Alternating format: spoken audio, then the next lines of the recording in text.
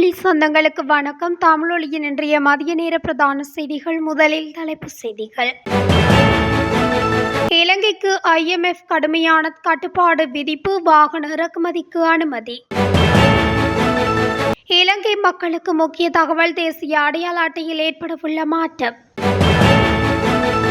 விமான நிலையத்தில் குறிவைக்கப்படும் இலங்கை பெண்கள் மற்றும் ஒரு மோசடி அம்பலம். பொதுஜன பெரமுன நாடாளுமன்ற உறுப்பினரின் வாகனம் மீது துப்பாக்கிச்சூடு, விசாரணைகளில் வெளியான அதிர்ச்சி தகவல். வாகன சாரதிகளுக்கான முக்கிய அறிவுறுத்தல். முன்னாள் ஜனாதிபதி சந்திரிகா வீட்டுக்குள் துப்பாக்கிச்சூடு. தமிழர் பகுதியில் இடம்பெற்ற கோர விபத்து, பரிதாபமாக உயிரிழந்த இளைஞன். இலங்கையில் மீண்டும் ஒரு ரயில்வே ஊழியர்களின் வேலைநிறுத்த போராட்டம். தொடர்பென விரிவான செய்திகள். வாகன இறக்குமதி கட்டுப்பாடுகளை முடிவுக்கு கொண்டுவர இலங்கை தீர்மானித்துள்ளது. வாகன இறக்குமதி கட்டுப்பாட்டை நாளையுடன் முடிவுக்கு கொண்டுவரும் திட்டம் இலங்கையில் இருப்பதாக சர்வதேச நாணய நிதியம் தெரிவித்துள்ளது. அதற்கமைய 2025ஆம் ஆண்டில் வணிக வாகனங்களில் தொடங்கி அனைத்து வாகனங்களிலும் வாகன இறக்குமதி கட்டுப்பாடுகளை முடிவுக்கு கொண்டுவர இலங்கை திட்டமிட்டுள்ளது. பயோமெட்ரிக் தரவுகளுடன் கூடிய புதிய இலத்திரனியல் அடையாள அட்டை இந்த ஆண்டு இறுதிக்குள் அறிமுகப்படுத்தப்படும் என ஆட்கள் பதிவு திணைக்களம் தெரிவித்துள்ளது.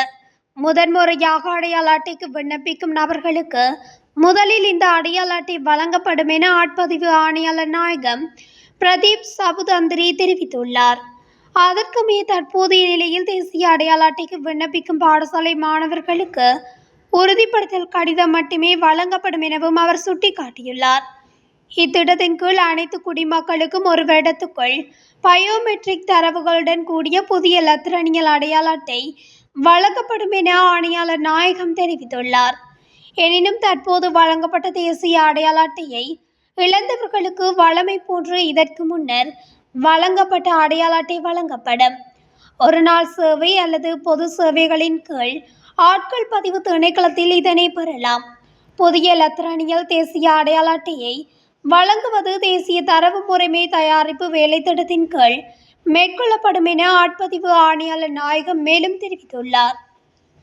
கட்டுநாயக்க சர்வதேச விமான நிலையத்தில் சட்டவிரோதமான முறையில் வெளிநாட்டு நாணயங்களை கொள்வனவு செய்து பரிமாற்றம் செய்யும் மோசடி கும்பல் ஒன்று தொடர்பில் தகவல் வெளியாகியுள்ளது. இலங்கை மத்திய வங்கியினால் அங்கீகரிக்கப்பட்ட வங்கிகள் மற்றும் அங்கீகரிக்கப்பட்ட நாணய மாற்று நிறுவனங்கள் மாத்திரமே வெளிநாட்டு நாணயத்தை கொள்வனவு செய்தல், விற்பனை செய்தல் மற்றும் பரிமாற்றம் செய்ய அனுமதிக்கப்படுகின்றது.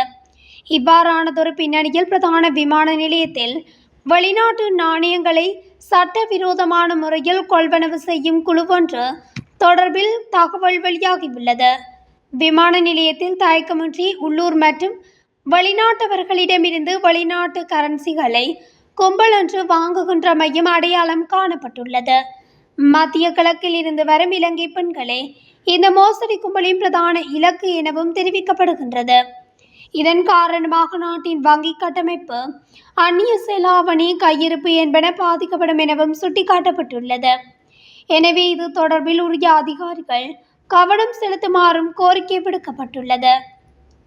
அனுராதபுரம் மாவட்ட முன்னாள் நாடாளுமன்ற உறுப்பினர் ஒத்திக பிரேமரத்னவின் வாகனத்தின் மீது துப்பாக்கிச்சூடு நடத்தப்பட்ட சம்பவம் குறித்த நாடாளுமன்ற உறுப்பினராலேயே திட்டமிடப்பட்டது என்று தெரிய வந்துள்ளது. ஒத்திக பிரேமரத்னவை உதவி போலீஸ் அத்தியட்சகர் ஒருவரின் உதவியுடன் இதனை ஏற்பாடு செய்துள்ளதாக போலீசார் தெரிவித்துள்ளனர். கொழும்பில் இன்று இடம்பெற்ற ஊடகவியலாளர் சந்திப்பின் போது கருத்து தெரிவித்த போலீஸ் ஊடக பேச்சாளர் நெகால் தல்துவ, குற்றப்புலனாய்வு பிரிவினரால் மேற்கொள்ளப்பட்ட விசாரணைகளின் பின்னர் இந்த சம்பவத்துடன் தொடர்புடையவர்கள் அடையாளம் காணப்பட்டுள்ளனர். 2023 செப்டம்பர் 17ஆம் தேதியன்று பிரேமரத்ன அனுராதபுரத்தில் உள்ள அவரது இல்லத்திற்கு இரவு 10:35 மணியளவில் திரும்பிய உடனேயே அடையாளம் தெரியாத ஆயுததாரிகள் குழு ஒன்று அவரது கார் மீது துப்பாக்கிச்சூடு நடத்தியது என்றும், இதன் போது நாடாளுமன்ற உறுப்பினர் காயமின்றி உயிர் தப்பினார் என்றும் முறையிடப்பட்டிருந்தது. இதன் பின்னர் 2024 பிப்ரவரி 27ஆம் தேதியன்று ஸ்ரீலங்கா பொதுஜன பெரமுனவின் நாடாளுமன்ற உறுப்பினர் பதவியில் இருந்து உத்திக விலகினார். அத்துடன் அவர் அரசியல் தஞ்சம் கோரி கனடாவுக்கு சென்றுவிட்டதாக தெரிவிக்கப்பட்டது. எனினும் கனடாவில் தங்கியிருக்கும் அவர் இந்த குற்றச்சாட்டை மறுத்துள்ளார். தாம் கனடாவில் வேலை விசாவை எதிர்பார்ப்பதாக கூறியுள்ளார். ககேவல சந்தியில் மேம்பாலம் நிர்மாணிக்கப்படவுள்ள நிலையில் நாளை முதல் அவ்வீதியின் போக்குவரத்தை மட்டுப்படுத்த உள்ளதாக போலீசார் தெரிவித்துள்ளனர். இது தொடர்பான நிர்மாண பணிகள் 2 மாத காலத்திற்கு மேற்கொள்ளப்படவுள்ளது. இக்கால பகுதியில் போக்குவரத்து நெரிசலை குறைப்பதற்கு மாற்று வழிகளை பயன்படுத்துமாறு போலீசார் பொதுமக்களிடம் வேண்டுகோள் விடுத்துள்ளனர். இந்நிலையில் கொகிவெல பாலத்தை நோக்கி பயணிக்கும் கனரக வாகனங்கள் அப்பகுதியினூடாக பயணிப்பது தற்காலிகமாக நிறுத்தப்பட்டுள்ளது. முன்னாள் ஜனாதிபதி சந்திரிகா பண்டாரநாயக்க குமாரதுங்கவிற்கு சொந்தமான கொரகொள்ள வலவே தோட்டத்தில் தேங்காய் திருட முற்பட்ட ஒருவர் மீது துப்பாக்கிச் சூடு மேற்கொள்ளப்பட்டுள்ள சம்பவம் பரபரப்பை ஏற்படுத்தியுள்ளது. துப்பாக்கிச் சூடினை மேற்கொண்ட குற்றச்சாட்டின் பேரில் காணி காவலாளிகள் 2 துப்பாக்கிகளுடன் நிட்டம்புவ போலீசார் கைது செய்துள்ளனர். நிட்டம்புவ கொரகொள்ளாகம பிரதேசத்தைச் சேர்ந்த 23 வயதுடைய இளைஞரை துப்பாக்கிச் சூட்டுக்கு இலக்காகி காயமடைந்துள்ளார்.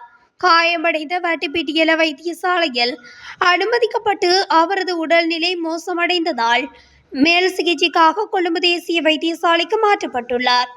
துப்பாக்கிச் சூட்டுக்கு இலக்காகி வைத்தியசாலையில் அனுமதிக்கப்பட்டுள்ள நபர் போதைப் பொருளுக்கு அடிமையானவர் எனவும் போலீசார் தெரிவிக்கின்றனர்.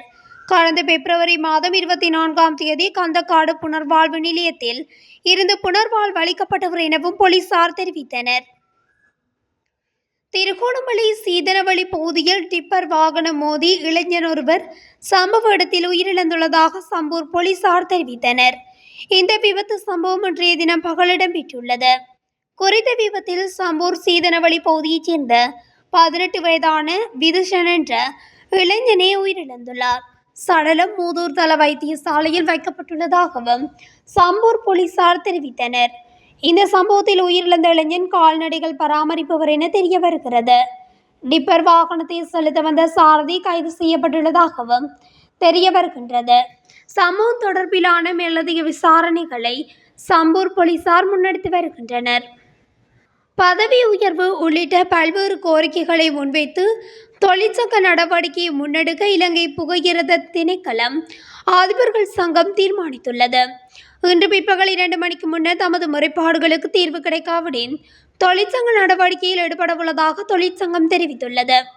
ஒரே சேவை பிரிவைச் சேர்ந்த ரயில் நிலைய அதிகாரிகளின் கிரேடுகளை வேண்டுமென்றே தவிர்த்து மற்ற தரங்களுக்கு 5 ஆண்டுகளுக்கு ஒருமுறை பதவி உயர்வு வழங்குவதன் மூலம் பெரும் அநீதி இழைக்கப்படுவதாக ரயில்வே நிலைய அதிகாரிகள் கூறுகின்றனர். இவ்விடயம் தொடர்பாக சம்பந்தப்பட்ட அதிகாரிகளுடன் பல முறை கலந்துரையாடிய போதிலும் பிரச்சினைகளுக்கு தீர்வு காண்பதாக வழங்கிய வாக்குறுதிகள் இதுவரையில் நிறைவேற்றப்படவில்லை எனவும் அவர்கள் குறிப்பிடுகின்றனர். திடீர் தொழிற்சங்க நடவடிக்கையை மேற்கொள்ளும் தரப்பினரின் கோரிக்கைகளுக்கு பேச்சுவார்த்தை மூலம் தீர்வு காண்பதை விட அதிகாரிகள் உடனடி தீர்வுகளை வழங்குவது வருத்தமளிப்பதாக இலங்கை புகையிரத நிலைய அதிபர்கள் சங்கம் மேலும் தெரிவித்துள்ளது. இத்துடன் தமிழொலியின் இன்றைய மதிய நேர பிரதான செய்திகள் நிறைவடைகின்றன. தொடர்ந்தும் செய்திகளை அறிந்து கொள்ள தமிழொலி ஊடகத்துடன் இணைந்திருங்கள். நன்றி.